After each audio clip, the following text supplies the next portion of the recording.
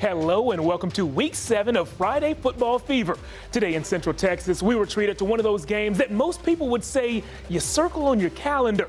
But since many of us don't use physical calendars anymore, I'll call it one of those games you set up an alert in your calendar app for and you write down in your iPhone notepad. This game was that big. Tonight we were treated to Westlake versus Lake Travis. This game last season was a lopsided Westlake win, but since then both teams have made runs to the state semifinals, and everyone expected tonight's game to be summed up with one word: special. These are just the really special ones, the ones that our players and Lake Travis's players will remember for the rest of their lives. It's kind of special to see how a football game can bring people together like that. Folks standing in line 2 hours early to get tickets, and then tickets sold out. This is why players play this game. This is why they choose to play the great game of football in the state of Texas, and it's why coaches choose to coach it. They've always got a bunch of guys that are big and can run. Lake Travis have any shot in the world of beating you guys? I don't think so. Not in my opinion. I think it's going to be another blowout, to be honest. Bold prediction. I'm willing to bet the guys wearing black jerseys disagree. The first half of this game was all about who can hit the hardest. The first big shot came from Westlake's Sage Luther. A few plays later, it was another chaparral. This time, Will McConnell made the big defensive play in the backfield. Now, I know some of you are probably thinking, what about the Cavaliers' defense? Well, I'm glad you asked. Trey Wright was Mr. Right on this play, right in the backfield, right on your quarterback, and right there with the dance moves. Westlake held a 3-zip lead before UT commit Hudson Card found Kyle Eves for 6. The Cavs led 10-3 at the half. This one went all the way down to the wire. It looks like Lake Travis, they actually held on. The Cavs won this one 26-25 final. Staying in 6A, Round Rock suffered its first loss of the season last week. They hope to bounce back against Leander on homecoming. And if it's homecoming, well, you know you got to put on a show for the alumni. Round Rock's Jordan Smart decided to pay his respects by taking the end around 46 yards to the house. Jordan sure made the coaches look smart for calling that play. Round Rock scored 50 or more points for the third time this month. Dragons win 53-7. To the scoreboard for the first time tonight, Vandergrift stays perfect. They beat McNeil 35-14. They are 7-0 on the season. And Hayes is putting up some points against Austin. They currently lead 55-28 in the fourth quarter. More scores coming your way. Del Valle up. They won big over Lehman, 52-14. San Marcos struggling against Cibolo Steel like most teams do. The Knights on top of the Rattlers, 49-3.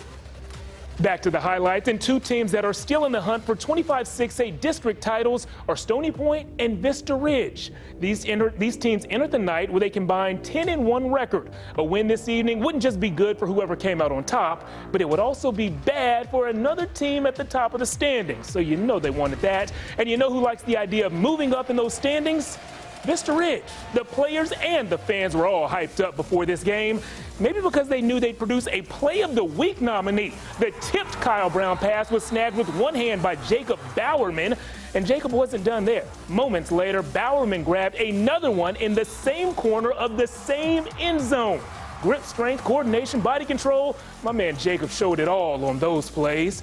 Stony Point entered the game undefeated, though, so you knew they'd respond. Kyle Overton's 19-yard toss to Jaden Leonard made it an 8-point game. Let's see where the score stands right now. 37-29 Stony Point leads in the fourth quarter, trying to stay perfect. Well, hey, guys, if you're sitting down right now, you need to stand up. We're in the presence of royalty. Congrats to the homecoming queen and king at Glenn. We thought they might be good luck against Cedar Creek early on. Nope. Damian Perez came down with that third quarter interception, but I guess the Glenn defense was taking notes on the sidelines because moments later they forced a turnover of their own.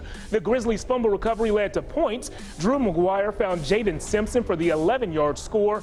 Glenn comes out on top in this one, 16-zip.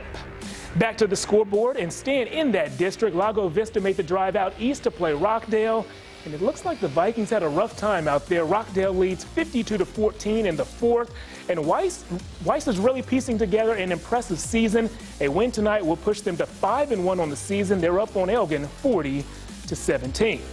Eastview keeps on rolling. The Patriots are now 5-1 following tonight's 15-point win over Bastrop. And McCallum pitched a shutout, winning 56-zip over Navarro. Guys, so far we have updated you on 12 local games, but we have much more in store to show you. We have highlights, scores, and we'll announce our Band of the Week winner straight ahead.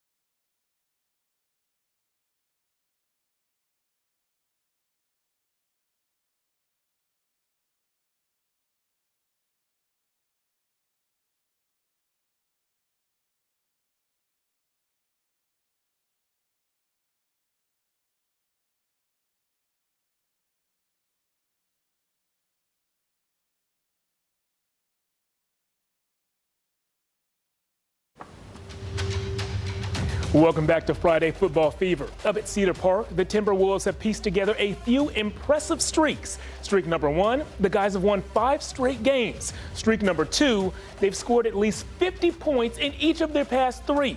Tonight, they'd have to go on the road to play a Georgetown team that hoped to snap a 2-game losing streak of their own. And let me be the first to tell you, senior Braden Hargrove really wanted to snap that losing streak. The Georgetown D lineman picked up the sack in the first half. The next time Cedar Park had the ball, things fared a little better for the offense. Ryder Hernandez found Shane Cathy for the first down completion. They kept the chains moving into the red zone, but then settled for 3. It remained 3-zip until midway through the second quarter. Cedar Park went on to win this one 38-15. To District 12 5A, Reagan taking on Crockett, and keep an eye on number 7 in white. That's Reagan quarterback David Rivera, and David just tugged his running back into the end zone on that play. Now, they don't give out assists or anything like that in high school football, but they should. No assist needed here, though. Raiders running back DeCorey Eason made about 50 or 60 defenders miss on that touchdown carry, and he did it with a cast on his left hand. Reagan was up 14-zip then, but believe it or not, Crockett came all the way back and won this game. Final score in that one, 26-14. You guys want more scores? Good, because we've got them. Lockhart is down big to Bernie Champion. That score is 41-17. And Lampasas looks like they'll pick up another win, this time over Burnett. The Badgers are up 38-13 in the 4th. More 4A scores rolling in right now. Canyon Lake is up 41-7 over Taylor. Fredericksburg leads Liberty Hill. Actually, they beat Liberty Hill by 2 touchdowns. Final score in that one, 35-21. More scores even coming your way. Giddings beats Caldwell 21-7, and Belleville comes out with a 3-point win over Smithville. Final score in that one, 23-20. Back to the highlights. Marble Falls made the 2.5-hour drive out to Brenham, and they dug themselves in an early hole. Brenham went up 14-zip with that first quarter touchdown, but the local guys would not go down quietly. Mustangs running back Gabriel Barker fought his way in for the score. It was 14-7 then, but Brenham pulled away late. Final score in this one, 35-13. More scores coming your way now. LaGrange beats Royal 42-12. Lexington over Florence 56-7. That is a whole lot of points. Let's go out to District 13 4A, where Wimberley tops Eastside Memorial again. Eastside Memorial struggling this season. They are looking for their first win and their first points of the season. Cuero gets the narrow victory over Bandera. Final score there, 15-14. Let's keep more scores coming the way, guys. 55-14 is the final score. Navarro over Llano, and Cameron Yo blanks Gerald 55-zip.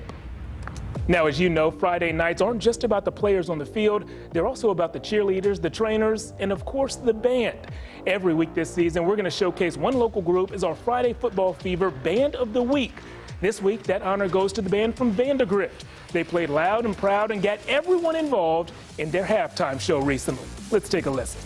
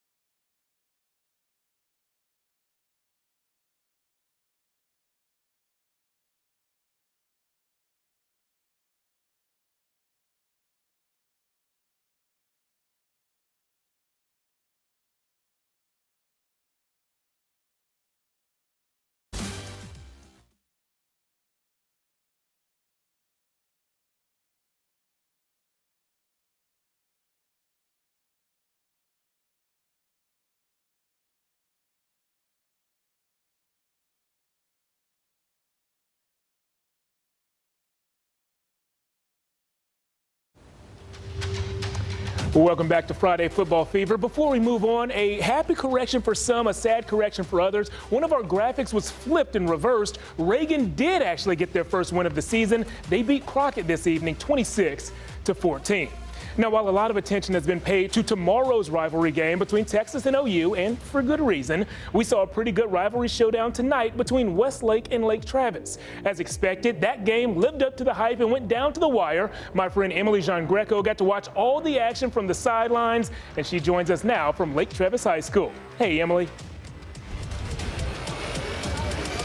Hey, Jeff, yeah, games like this make me want to go back in time and become a high schooler again and attend a game exactly like this. Like you said, it came down to the very wire in the fourth quarter, and Lake Travis ended up winning final score 26-25. But the first half of this game, it was crazy because it was an entire defense game. They went into halftime. Lake Travis was leading 10-3. They come out of halftime, and then Westlake gets on the board immediately to take the lead. And that would be the entire second half, back and forth, back and forth. So I actually had a chance to talk with Lake Travis's head coach, Hayden Carter, following this game, and just to ask him what's going through your head now that you got a win after losing the last 2 years. And here's what he had to say. Coach, obviously, you lost the last two. How does it feel to finally win this? I'm just proud of how our kids responded tonight. What a battle. Westlake's got an incredible team. You know, they fought to the very end, and we were just 1 point better tonight, and obviously two great programs. I'm very proud of my kids. What would you say was the biggest difference between the first half and the second half? They made some adjustments and made some plays offensively, and we started getting it going a little bit too. I thought our kids played tough. We lost a couple players there. Our running back depth really paid off tonight, and that was huge. But again, proud of our kids and our coaches, and a lot of respect for Westlake. They're an incredible program. Congrats, Coach. Thank you. Honestly, you could see the emotion in his eyes, just so happy for this group of guys, and they were all super happy. I don't know if you can still see it behind me. There's still people on this field celebrating, and I don't blame them. It's probably going to be a celebration here the entire night. But I'm reporting now live at Lake Travis. Emily Giangreco, let's send it back to you in the studio, Jeff. A celebration the entire night and well earned. Thanks, Emily. Guys, don't go anywhere. We have even more highlights and score updates for you. Plus, we'll honor our first Mom of the Week of 2019. And, you know, Lake Travis pulled off a close win tonight. Some of you guys are going to have a chance to win yourself a free Friday Football Fever t-shirt. Now, before I tell you how to do that, I'm going to invite my friend Jake Garcia on set to take a picture of me, Jake. I got 4. There we go. Got all my angles. I like that. I'm going to post one of those 4 pictures on my social media pages at Jeff Jones Sports on Facebook, Twitter, and Instagram. I will randomly select one person who comments on that photo and who is following me on that platform. I'll do that on all 3 platforms and invite you here to the station to pick up your free shirt. Congrats to Karen, Janet, and Cruz who won shirts last week. We'll be right back after this.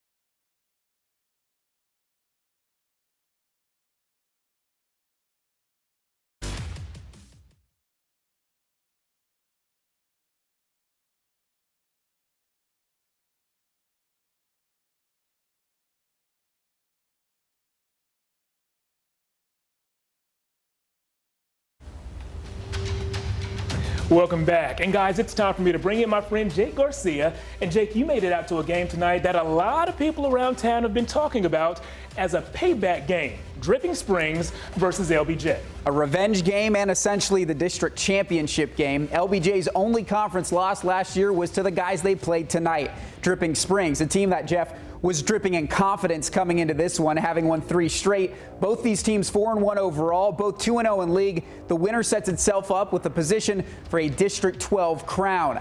LBJ going to battle without its best player, defensive back and Alabama commit Latrell McCutcheon tore his ACL back in September. He's done for the year. The Tigers trying to exploit that part of the field. And oh my, we have liftoff. Ooh. Cam Jumpman O'Bannon going up and over the defender. Everything looks sweeter in slow-mo, thanks to our editors for that one. But the drive would stall out, and this game was a 3-0 defensive struggle for much of the first half until Sean Fresh Jr., big return, setting his team up in the red zone, poised to take the lead. Dripping Springs, though, stops on 1st, 2nd, 3rd down. LBJ has to go for it on 4th. The snap a bad one, but it ain't no thing for Hunter Scott. Runs about 15 yards to get 1 yard, and he finds the end zone.